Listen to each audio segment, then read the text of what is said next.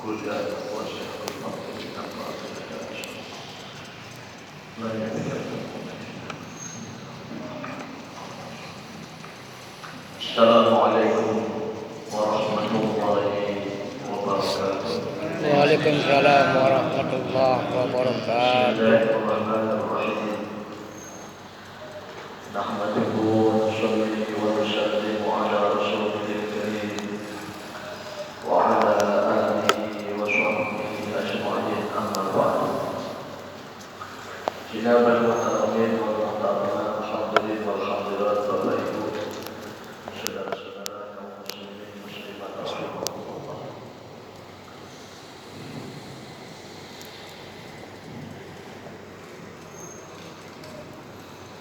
Usaha manusia di dunia ini hanya ada dua saja. Yang pertama, usaha mengikuti jejak langkahnya para nabi, para rasul, para sahabat, para wali-wali Allah. Dan yang kedua, usaha mengikuti jejak langkahnya musuh-musuh para nabi, para rasul, dan para sahabat. Berakhirnya manusia di dunia ini hanya ada dua saja. Fariqun fil jannah wa fariqun fis sa'ir. Segolongan manusia nanti akan digiring masuk ke dalam surga Allah, dan segolongan manusia nanti akan digiring masuk ke dalam neraka. Hadirin yang mulia, sejak zaman dahulu dua golongan ini terus akan ada sampai hari kiamat. Antara orang-orang baik dengan orang-orang yang tidak baik. Ini akan terus ada.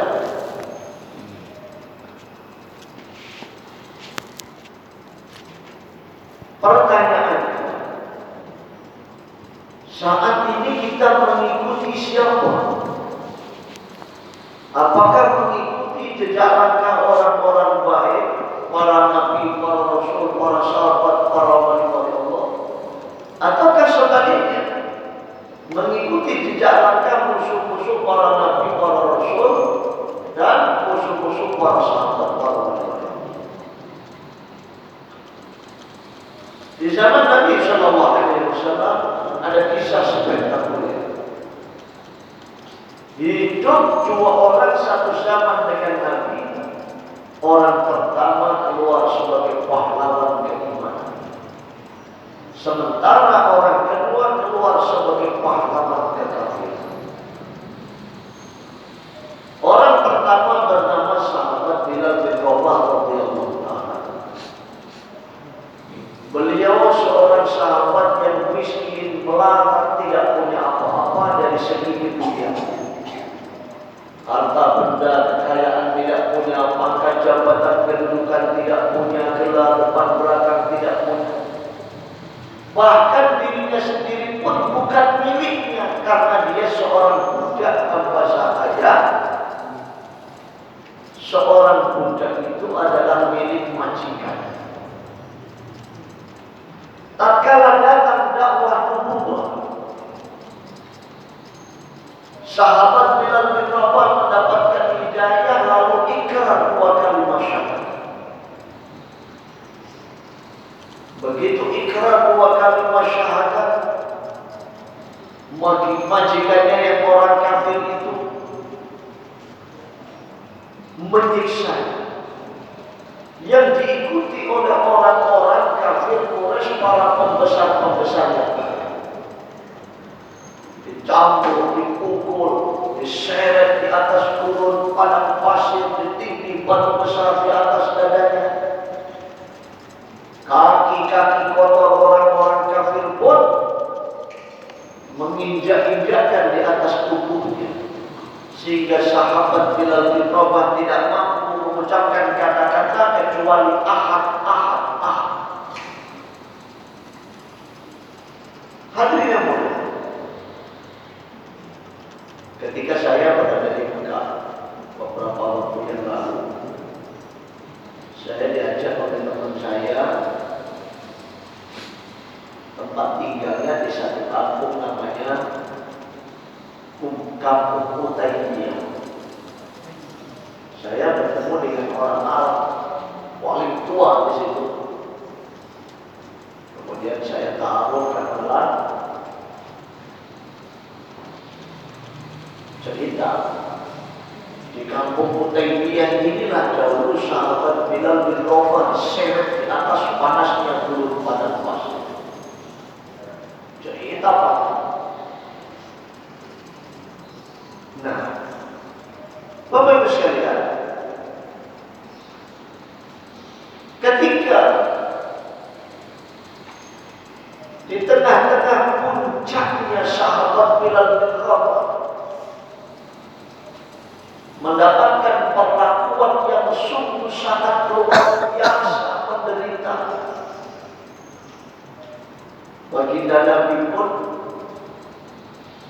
oleh Allah kedua telinga beliau yang mulia diperdengarkan suara detak-detak langkah kelompok kaki sahabat Bilal bin Rabah sedang berjalan-jalan di dalam surga. Pada saat itu juga ketika awal-awal Islam ada satu orang yang memiliki strata tinggi dalam kehidupan. Dia orang yang bernama Abu Lahab. Ketika Nabi mendapatkan wahyu dari Allah melalui malaikat Jibril alaihissalam, wa anzir ashiratakal aqrabin, wahai Nabi Muhammad, berikan peringatan kepada mereka karib kerabatmu yang dekat-dekat. Lalu Nabi pun mengumpulkan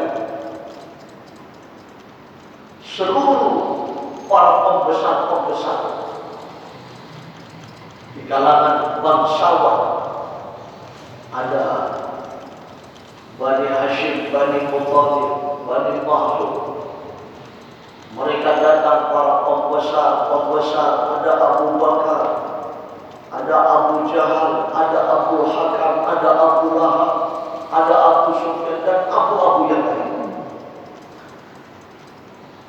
Dikumpulkan di atas bukit yang bernama Bukit Sofa. Dan sampai saat ini setiap orang menunaikan ibadah haji dan umrah, menunaikan ibadah sa'i dimulai dari atas Bukit Sofa. Lalu Nabi menyeru kepada mereka, ya ayyuhan nas, qulu la ilaha illallah tuflihu. Wahai manusia, katakan tiada Tuhan selain Allah, maka kalian akan berjaya. Saat itu mereka, para pembesar-pembesar itu, berkumpul di atas Bukit Sofa tersebut. Tidak ada satupun mereka yang menerima dakwah nubuwah. Tidak ada satupun mereka yang menerima dakwah kenabian tersebut, kecuali Abu Bakar As-Siddiq radhiyallahu ta'ala. Bahkan ada satu orang yang gagah tampan gagah, mukanya kemerah-merahan, lalu berdiri tegak mengepalkan tangannya seraya mengatakan, tabbat laka ya Muhammad, alihada jama'tana. Celaka kamu wahai Muhammad, apakah hanya untuk ini engkau kumpulkan kami para pembesar-pembesar? Dia adalah orang yang bernama Abu Lahab. Orang yang hidup satu zaman dengan Nabi, pernah melihat baginda Nabi, pernah berbicara dengan baginda Nabi, bahkan dalam tubuhnya mengalir aliran darah yang ada hubungan kekerabatan dengan baginda Nabi. Dia adalah orang bernama Abu Lahab, saudara kandung Sayyid Abdullah, ayah baginda Nabi SAW. Hadirkan begitu Abu Lahab tersebut pada saat itu mengatakan demikian, besoknya turun wahyu. Allah utus malaikat Jibril membawa wahyu surat Al-Lahab, tabbat yada Abi Lahab wa tab. celaka orang yang bernama Abu Lahab. Ketika ayat tersebut turun, lalu disampaikan kepada Abu Lahab bahwa ayat itu turun terkait dengan dirinya. Tetapi bukannya Abu Lahab itu insaf bertobat, justru malah menjadi-jadi dia memusuhi baginda Nabi, membenci baginda Nabi. Bahkan menyusun strategi untuk membunuh baginda Nabi. Kenapa? Dia merasa orang yang tua, orang yang berpengaruh, orang yang kaya raya, orang yang punya kedudukan yang tinggi, punya ini, punya itu, segala macam. Konon katanya, ketika semua para kabilah-kabilah itu berkumpul di kalangan bangsa Arab itu, sistem kekabilahan itu berlaku. Kalau seluruh para kabilah-kabilah itu berkumpul, kemudian satu orang kabilah bangsa Quraisy ambil keputusan sesuatu, maka seluruh para kabilah-kabilah itu mereka akan tunduk patuh mutlak tanpa syarat. Bapak Ibu, karena orang yang bernama Abu Lahab tersebut merasa menjadi orang kaya raya, punya pangkat jabatan kedudukan yang tinggi, punya pengaruh, segala-galanya dapat diatur sedemikian rupa, sehingga dia tidak mau beriman, tidak mau menerima dakwah nubuwah.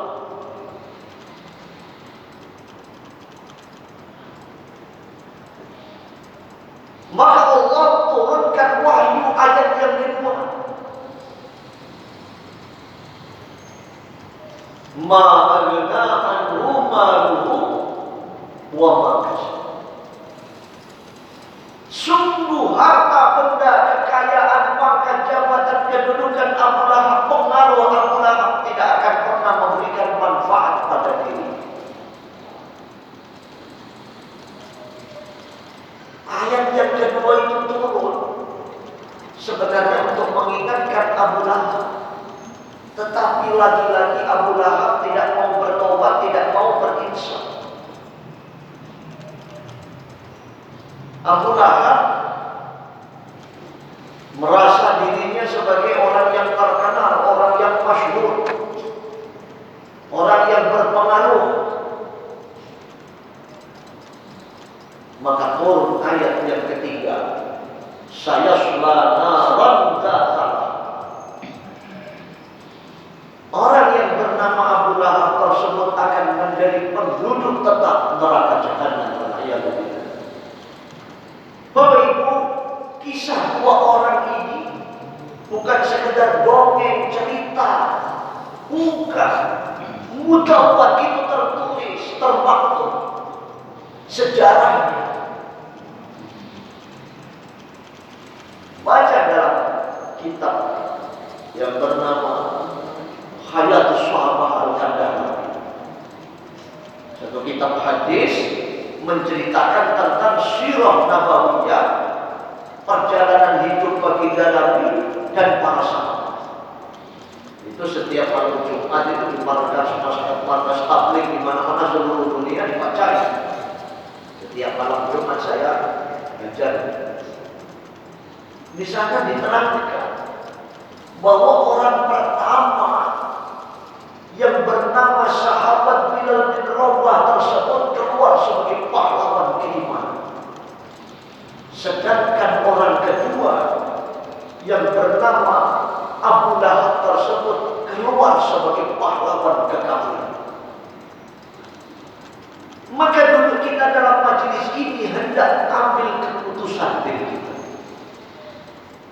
Apakah kita mengikuti jejak langkah jalannya orang-orang baik, para nabi, para rasul, para sahabat, para wali-wali Allah itu? Ataukah sebaliknya mengikuti jejak langkah musuh-musuh para nabi, para rasul, para sahabat, dan musuh-musuh para wali. Ini ada sejak zaman dahulu dua golongan sampai hari kiamat. Golongan orang-orang baik, golongan orang-orang yang tidak baik. Kok diam semua ini? Mendengarkan? Mendengar orang musuh. Sekalipun demikian itu adanya Bapak Ibu, Allah Ta'ala perintahkan kita untuk dakwah, mengajak, menyampaikan. Nah, orang dakwah itu pasti untung.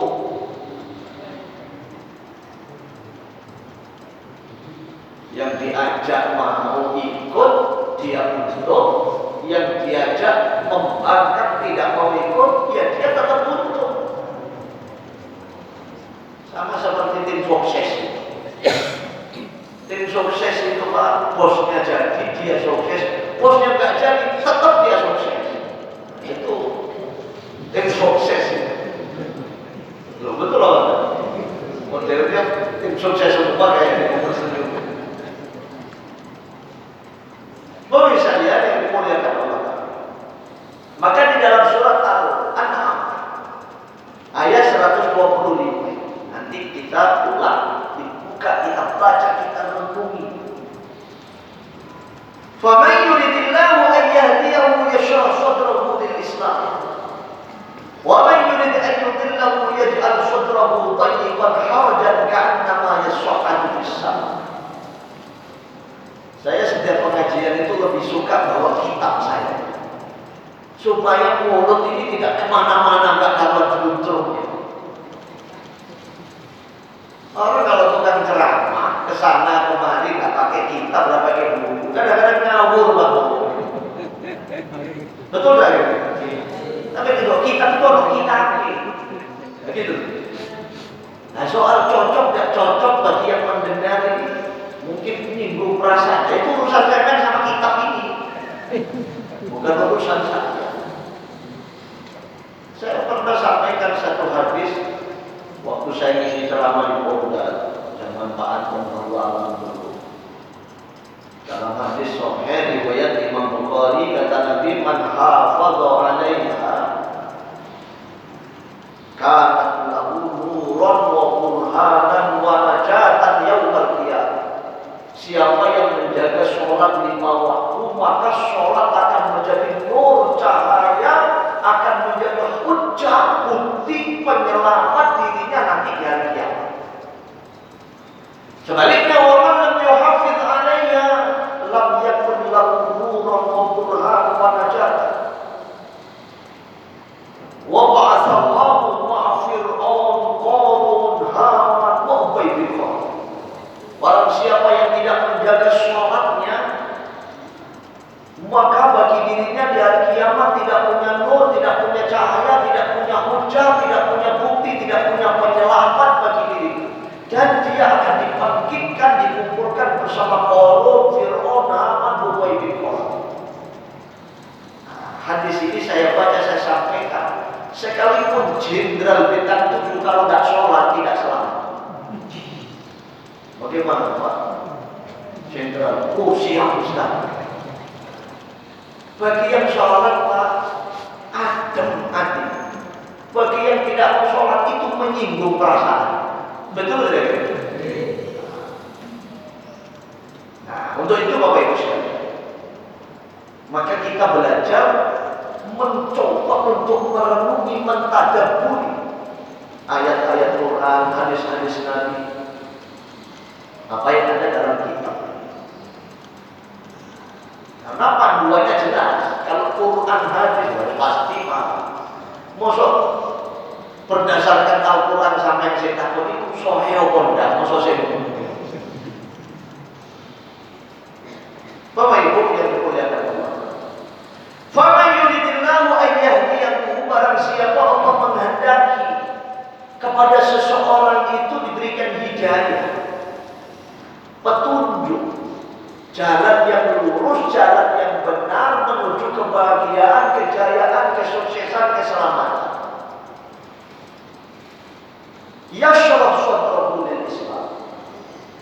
Maka orang tersebut oleh Allah diberikan lapang dadanya, hatinya, semuanya dengan legowo menerima keterangan syariat agama Islam, apapun bentuknya.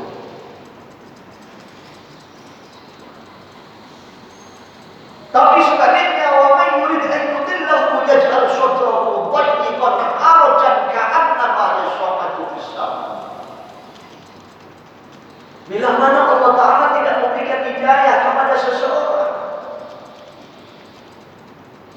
maka ketika mendengar keterangan syariat agama, hatinya sumpah, sempit, sumpah budak. Kadzalika yaj'alullahu rijsa 'alal ladzina la yu'minun.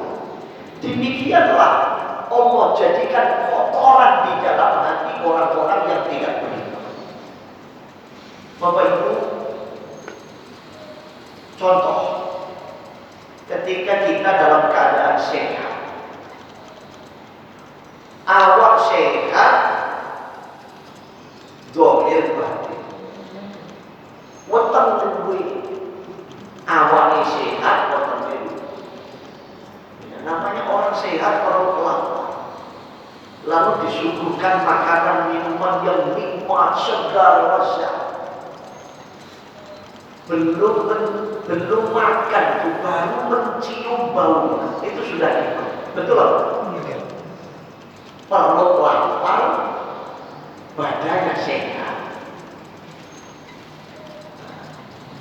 Belum makan itu baru disuguhkan buah ampunirat sate ubi krengsengan umpama.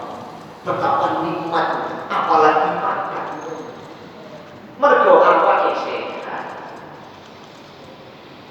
Orang beriman itu orang yang rohaninya sehat, diberikan hidayah oleh Allah, petunjuk jalan yang lurus, baru mendengar ayat, hatinya sudah senang, gembira, bahagia, rumah dan tertatap hati. Alhamdulillah, si menani ada subuh, duhur, asar, maghrib, isya. Terus orang beriman begitu. Apalagi dia madep kepada Allah, sholat, merasa nikmat, sehingga sholatnya dengan surat ayat yang panjang-panjang dinikmati sholat. Nah, wong kuat sholat ngadeg subuh niku mboten mergo tuwek wong mboten. Bukan karena faktor tua mudanya seseorang itu, bukan. Tapi faktor hatinya itu sehat apa sakit itu saja.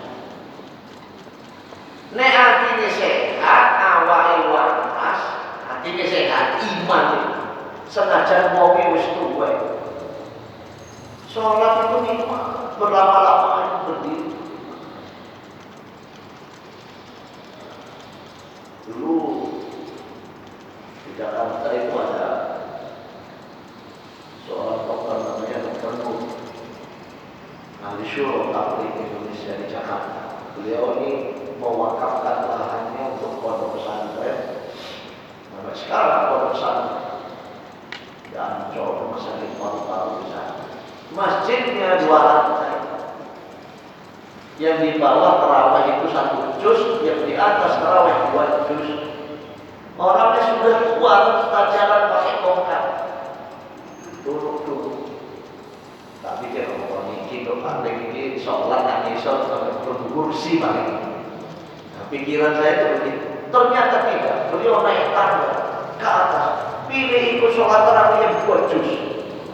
Coba bayangkan. Ternyata tertipu saya. Saya anggap orang yang sudah tua paling nanti ikut sholat yang agak cepat. Ternyata ikut yang 2 juz ya. Kenapa? Karena imannya hidup sehat, diberikan hidayah oleh Allah. Tapi sebaliknya, wa may yurid an yudillahu yaj'al sadrahu dayyqan harajan ka'annama yas'adu fis sama'. Orang yang tidak diberikan hidayah oleh Allah, hatinya sakit, imannya itu tidak sehat. Sama seperti wong sing awake waras, awake ora waras. Awake ora waras. Loro. Wetenge luwe tapi ora waras.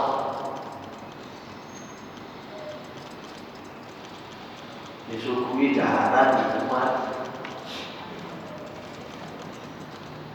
belum makan, baru mencium baunya sudah gak enak.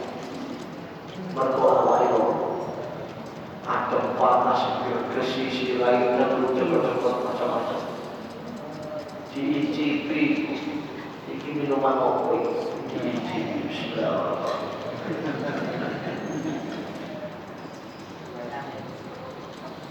Ini mestinya manis, tapi mergo awake loro, cangkeme iki ora sehat. Diicipi kok pahit. Iki sing pahit dudu teh. Cangkeme loro. Awake ora sehat. Ini teh manis. Kenapa rasanya pahit? Kenapa rasanya pahit? Awake sing ora waras, awake ora sehat. Begitu juga hadirin. Jangankan sholat beribadah, nek pancen ati niku ono penyakit, krungu azan niku boten nikmat.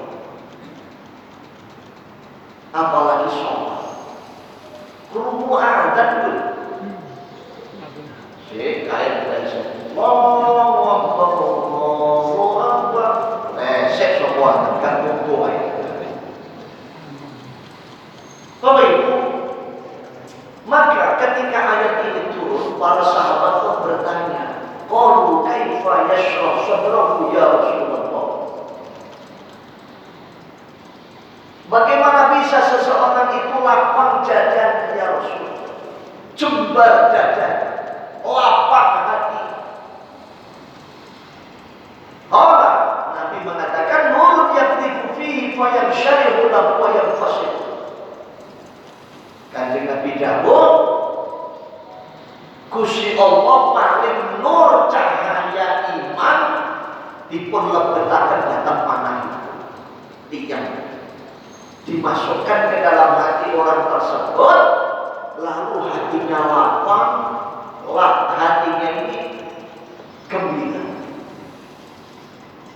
Qalu fahal lidzalika min amaratin yu'rafu biha. Para sahabat itu bertanya lagi, karena memang sudah menjadi ciri khas para sahabat itu terkait dengan ilmu, dengan agama, dengan amal soleh, semangat sungguh-sungguh. Karena semakin diberikan nasihat, imannya semakin kuat. Itu para sahabat. Semakin mendengar nasihat-nasihat dari baginda Nabi, imannya semakin kuat. Itu perbedaannya, Bapak. Imane para sahabat itu odo kalau paku dipalu ten kayu jati. Paku itu nek dipalu ten kayu jati, semakin dipalu semakin mantap. Niku imane para sahabat. Saya jadi umat akhir zaman. Iku imane padha karo paku dipalu ten cor-coran. Semakin dipalu boten semakin ngancem. Mendal. Kadang-kadang meletik isi palu barang. Esok pengajian, kok sore pengajian, sesuk pengajian pagi. Ustaz apa iku ngaji terus lho. Meletik isi palu barang. Idza dakhala iman al-qalba infasaha lahu al-qalbu wa syarah. Kata Nabi, manakala iman itu masuk ke dalam hati, maka hati itu menjadi lapang, jembar, longgar, menerima syariat agama, keterangan-keterangan kaya ngeten di majelis-majelis itu dengan mudah.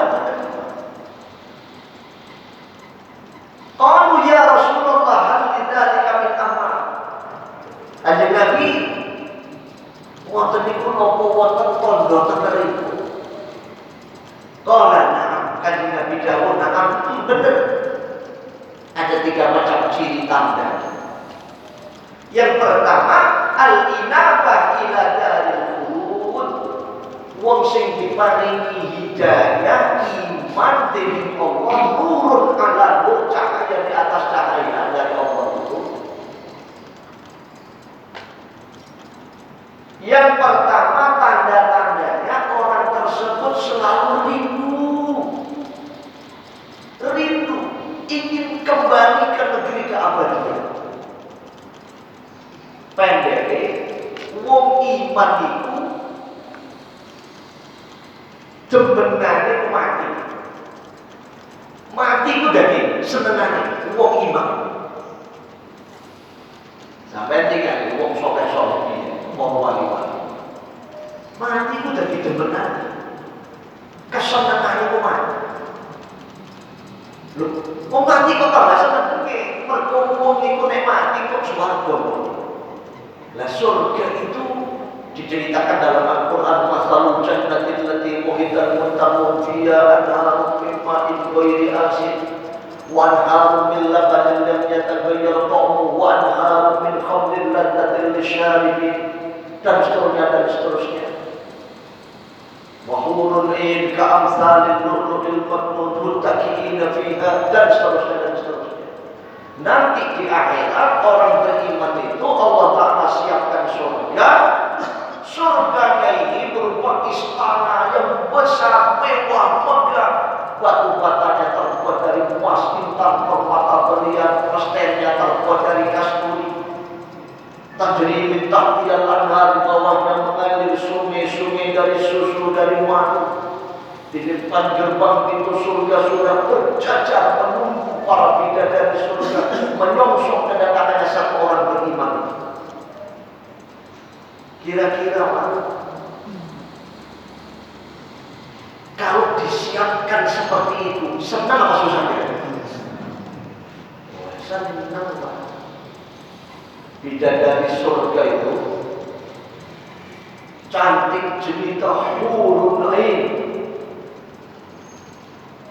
Saking cantiknya bidadari surga itu, seandainya dia tersenyum, menyunggingkan senyum ke dunia, matahari langsung redup.